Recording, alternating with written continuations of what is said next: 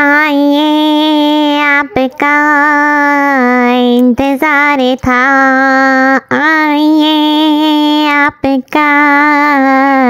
बस करें कालू भैया, शर्म आनी चाहिए आपको। मैं किसी दिन आपको ऐसा मज़ा सिखाऊंगी कि आप सारी ज़िंदगी याद रखेंगी।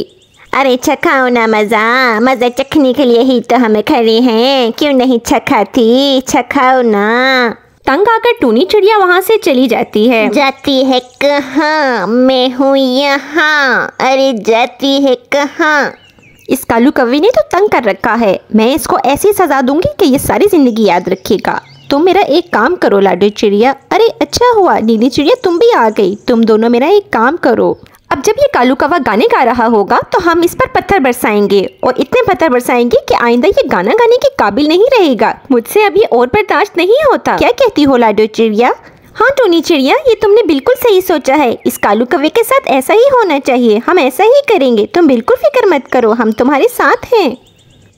वो आ रही है टूनी चिड़िया। तुम्हें दिल लगी भूल जानी पड़ेगी, मोहब्बत की राहों में आ। वो गाना गा रहा होता है, तभी वहाँ पर लाडू चिड़िया और नीली चिड़िया भी आ जाती हैं। वो कालू कौवे को पत्थर मारने लगती हैं। अरे अरे ये क्या कर रहे हो? अरे अरे अरे जालिमो, क्यों इतने पत्थर मार रहे हो? अरे बस करो, क्या जान लोगे मेरी? बस करो बस करो, अरे और बस करो। हम तभी पत्थर मारना बंद करेंगे जब पहले वादा करो कि यहाँ पर कभी नजर नहीं आओगे, वरना यूं ही पत्थर मार मार के तुम्हें मार देंगे हम आज। अरे जालिमो, गाना ही तो सुनाता हूँ, कितनी सुरीली आवाज है मेरी। आई बस करो, ठीक है मार दोगे क्या, जान लोगे मेरी? फिर कालू कौवा उनसे वादा करता है कि वो उन्हें आइंदा यहाँ पर कभी नजर नहीं आएगा। वादा करके वो रोता हुआ वहाँ से चला जाता है। कितना अच्छा सबक सिखाया है इस कालू कौवे को। आइंदा हमारे सामने तो क्या, वो किसी के सामने भी गाना नहीं गाया करेगा। लाडू चिड़िया नीली चिड़िया, तुम दोनों का भी बहुत शुक्रिया, तुमने मेरा साथ दिया। मारे डाला अल्लाह, मारे डाला अल्लाह, मारे डाला। अरे क्या मैं गाने ही तो सुनाता था, कितनी सुरीली आवाज़ है मेरी। मुझसे तो दूर दूर से लोग आकर गाना गाने को कहते हैं, इनको तो मैं फ्री में सुनाता था। ना शुक्रियो, ज़रा तरस ना आया मुझ पे। मारे डाला अल्लाह, मारे डाला।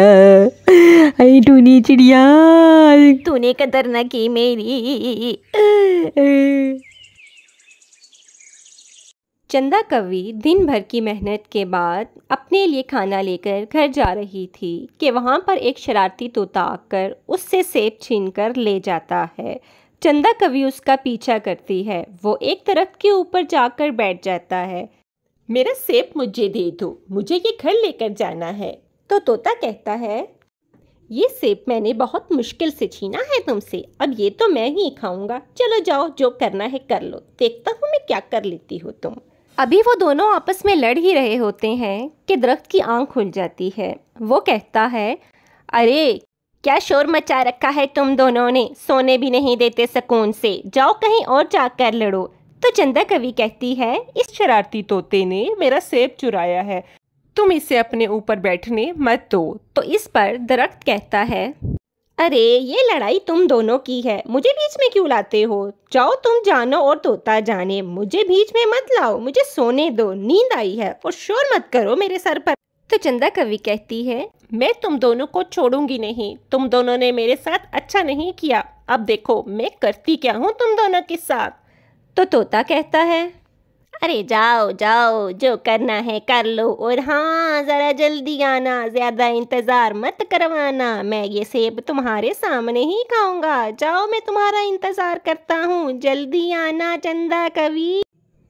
फिर चंदा कौवी तरखान के पास जाती है और उसे जाकर सारी बात बताती है। अब खड़े क्या हो, जल्दी चलो मेरे साथ और उस दरख्त को काट डालो, जल्दी करो। अरे चंदा कौवी, तुमने भी अभी ही आना था, अभी भी तो मैं इतनी मुश्किलों से थका हारा लेटा ही था कि तुम मेरे सर पे आ धमकी। अभी मुझे आराम करने दो, मैं चलूँगा, कल चला जाऊँगा, इतनी भी क्या जल्दी है, कल जाऊँगा आराम से, दरख्त काट दूँगा, फिक्र की कोई बात नहीं है, अब मुझे लेटने दो। चंदा कौवी वहाँ से भी चली जाती है। अब वो तरखान की शिकायत लगाने जंगल के बादशाह के पास जाती है। बादशाह, आप उस तरखान को कैद कर लें, उसने मेरी बात नहीं मानी।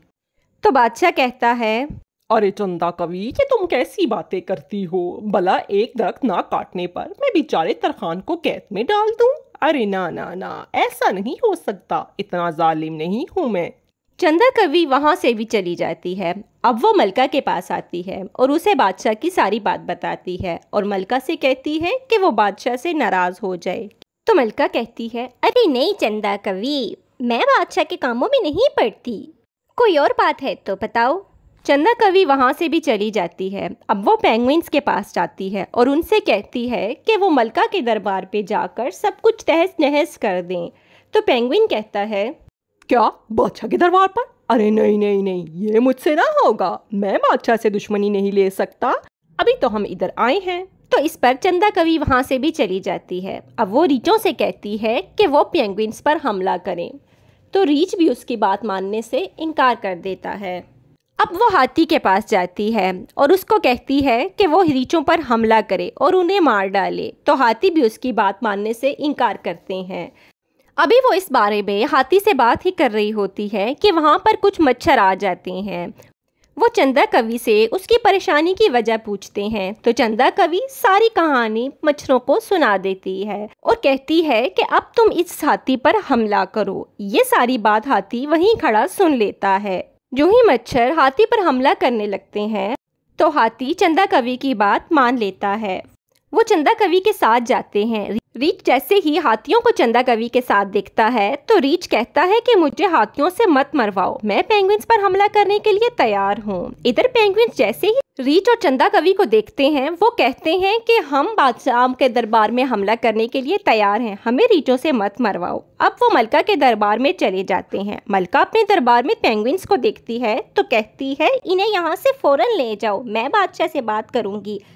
अब मलका बादशाह के पास जाती है और उसे कहती है कि वो चंदा कवि की बात मान जाए। और फिर बेचारे बादशाह को चंदा कवि की बात मानना पड़ती है और वो तरखान को अपने दरबार पे बुलाता है। जब तरखान बादशाह के दरबार में आता है तो वो उससे कहता है, अरे तुम चंदा कवि की बात क्यों नहीं मानते हो? जाओ अभी के अभी वो करो जो वो कहती है कि। अब तरखान क्या करता, वो चंदा कवि के साथ चला जाता है। जैसे ही शरारती तोता चंदा कवि को आते हुए देखता है वो कहता है, अरे चंदा कवि, इतनी देर लगा दी, देखो तो रात भी होने लगी है, तुम्हारे इंतजार में तो मैंने सेब भी नहीं खाया। अब तरखान दरख्त काटने लगता है। वो जो ही दरख्त काटता है दरख्त को तकलीफ होती है और वो फौरन से जाग जाता है और कहता है, अरे ये क्या कर रहे हो, मुझे मत काटो, खुदा के लिए मुझे मत काटो। तुम्हें नहीं काटेंगी, तुम पहले इस शरारती तोते को अपने ऊपर से भगाओ। तो दरख्त कहता है, तुम फिक्र मत करो, मैं इसे अभी हटाता हूँ अपने ऊपर से। दरख्त की ये बात सुनकर तोता कहता है, अरे नहीं नहीं, मुझे इस वक्त अपने ऊपर से मत उड़ाना, रात के वक्त भला मैं कहाँ जाऊँगा, मुझे रात गुजारने दो। ये लो, मैं तुम्हारा सेब वापस करता हूँ और मुझे माफ़ कर दो। तभी तोता सेब नीचे गिरा देता है। चंदा कवि वो सेब लेकर चली जाती है और तोता वहाँ बैठा उसको देखता ही रहता है। अल्लाह हाफिज।